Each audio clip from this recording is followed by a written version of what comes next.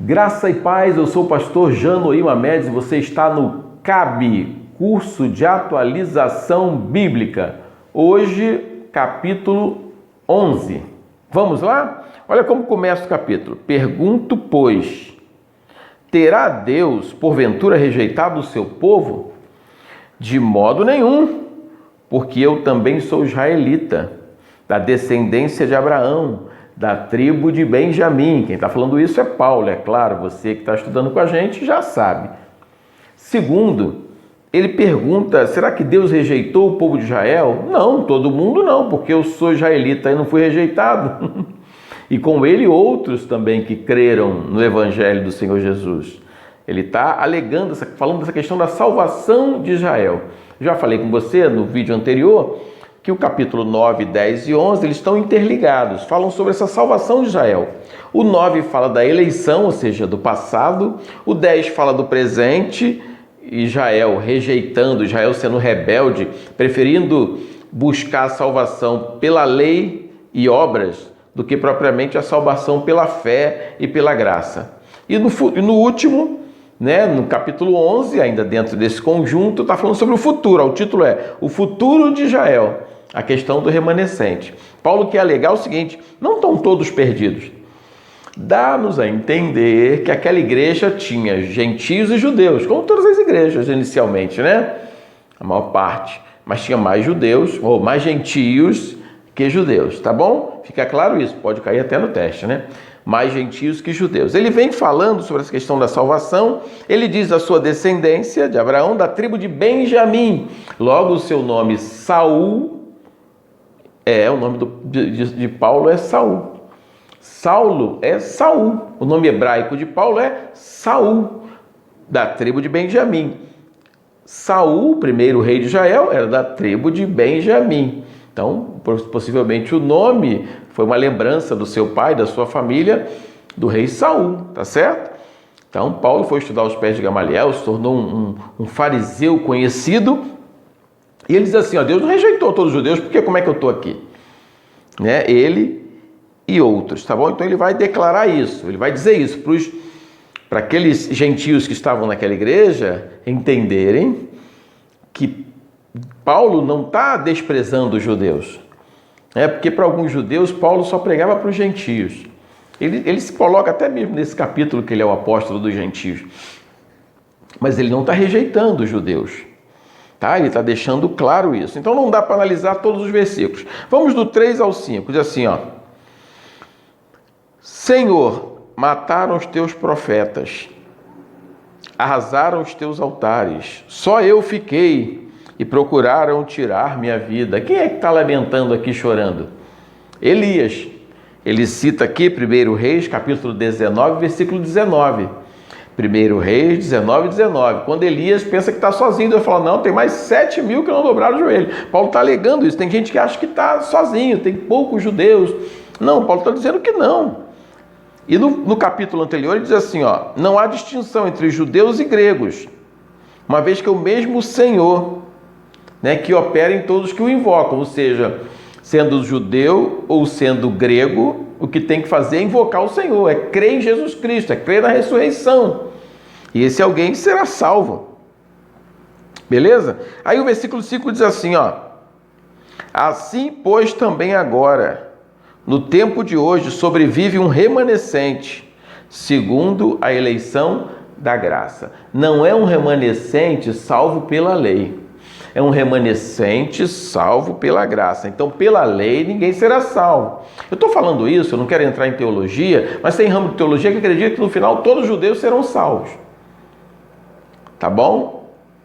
Paulo não está falando isso aqui. Nossa análise é paulina, por enquanto. Ele não está dizendo que serão salvos. Um remanescente. Remanescente é todo mundo? Remanescente, então, está dizendo o seguinte, olha, dos muitos, poucos serão salvos. É isso que ele está querendo dizer. Então, não são todos, Alguns serão salvos. O que ele diz assim, que diremos, pois? O que Israel buscava, isso não conseguiu. A salvação pela lei. Mas assim, mas a eleição o alcançou. E os mais foram endurecidos. Alguns creram e outros não. Aí ele coloca o meu título assim: a rejeição de Israel não é o final. Então ele está alegando o seguinte: olha, Israel até agora não tem muitos convertidos, mas vai acontecer. Eles vão abrir os olhos, ou seja, Paulo está falando do futuro, né? Do futuro dele, quem sabe até o futuro nosso. Então, o que Deus fez foi que agora Deus chamou um outro povo e Israel ficou enciumado. Aí ele diz assim: se nós fomos, vocês, né, foram beneficiados, vocês, gentios, foram beneficiados com a rejeição de Israel, com a transgressão de Israel, por Israel não ter crido em Deus, foram beneficiados, que a salvação veio para a gente, para vocês, então muito mais serão beneficiados se eles acertarem, se eles forem abençoados, se eles cumprirem na plenitude, se eles crerem. O que quer dizer o seguinte: se juntar os judeus aos gentios, essa igreja vai ficar ainda mais forte. E ele diz: eu sou apóstolo dos gentios, glorifico a Deus pelo meu ministério, amo ser isso, só que eu não posso deixar de orar pelo povo. Olha o que ele diz no 14, ó: para ver se de algum modo posso incitar a emulação do meu povo e salvar alguns deles. Então, que Deus possa me usar também para salvar alguns deles. Vamos ver do 18 ao 21.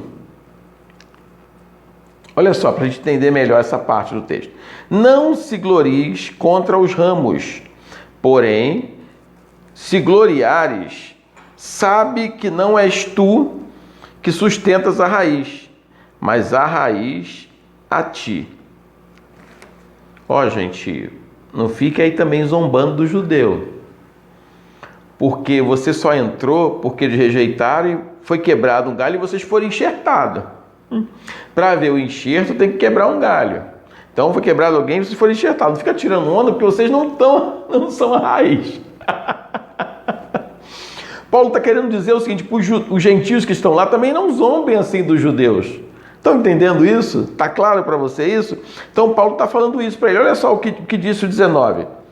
Dirás, pois, alguns ramos foram quebrados para que eu fosse enxertado. Bem, pela sua incredulidade foram quebrados. Tu, porém, mediante a fé, estás firme. Não te soberbeças, mas teme. Não fica tirando onda, porque você não é a raiz, não é o tronco principal. Teme a Deus, assim, ó.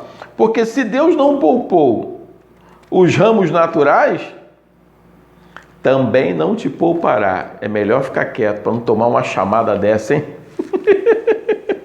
Paulo está dando uma chamada aqui nos crentes, né? Olha, vamos ler o 26. E assim todo Israel será salvo, como está escrito: virá de Sião libertador, e ele aparará de Jacó as impiedades. Olha só, o todo, há vários questionamentos sobre argumentos sobre esse texto, né? Porque aí que eu falei, alguns pessoas dizem todo. A ideia do todo aqui, se você for lá no 9,6 também, você vai ter uma ideia mais ou menos, que tem que entender o que o autor está falando, né? E não pensemos que a palavra de Deus haja falhado, porque nem todos de Israel são de fato israelitas. Olha só, você levando para esse todo judeu, esse todo não é todo mundo. O todo é uma parte fiel. E aí você pode interpretar, tem duas interpretações assim fortes. O primeiro é que esse todo são os que aceitam a Cristo, são os, né? O todo não é todo Israel, é todos os que creram, todos de Israel que creram. A segunda interpretação também, eu acho que a primeira é mais forte, a segunda interpretação é que esse todo Israel já não está falando em si só de Israel. Mas quando ele fala assim, todo Israel, a ideia é de toda a igreja. Porque Paulo fala muito da perseverança dos santos. Você já notou isso. Lá no capítulo 8 também, né? Ele fala no 9, mas mais no 8:35 em diante. Então Paulo está falando da perseverança dos santos. Aqueles que são de Deus vão ficar até o fim. Todo Israel será salvo. Então, duas interpretações, tá bom? Que o Israel todo é a igreja, Israel quer dizer a igreja, e que Israel todo é todo o que crê. Todo Israel que crê. Para ser bem coerente, porque se você olhar toda a leitura de Paulo, Paulo não está falando que todos os judeus serão salvos. Então, para que eu vou pregar para judeu? E pelo contrário, ele tem que pregar para judeu. Ele está triste porque os judeus não são salvos.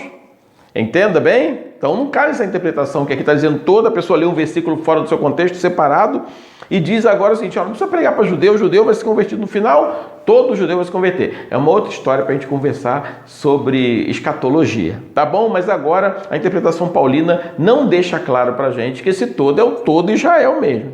Vamos ver o 29? Porque os dons e a vocação de Deus são irrevogáveis. Deus não volta atrás. Por isso, aqueles que são chamados, são perseverantes, vão estar. Aí você vai dizer assim, então quem é crente não volta atrás. Pode ser que a pessoa seja crente para ele pensa que é crente. Mas quem é crente por dentro e crente por fora. Esse dom é reconhecido pelos outros e por ele mesmo, e tem a certeza de estar no meio, firme com o Senhor. Ainda que tenha uma queda, ele lá de dentro ele sabe que o seu Redentor vive. Ele não tem prazer no pecado, não tem prazer nas coisas, como já foi estudado também lá no capítulo 6. Beleza? Então, o 29. Eu queria falar do 35 e 36. Vamos ver aqui o 32, diz assim, para finalizar esse assunto. Diz assim, porque Deus a todos encerrou na desobediência, a fim de usar de misericórdia para com todos. Então é o seguinte, acaba que não tem um perfeito, só Jesus. Não tem um perfeito, só Jesus.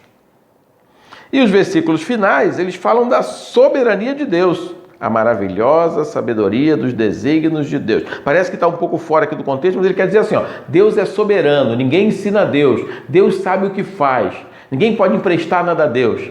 Beleza? Vamos aguardar o capítulo 12. Deus abençoe a sua vida e a sua família. O teste vai ser 9, 10 e 11. Graça e paz.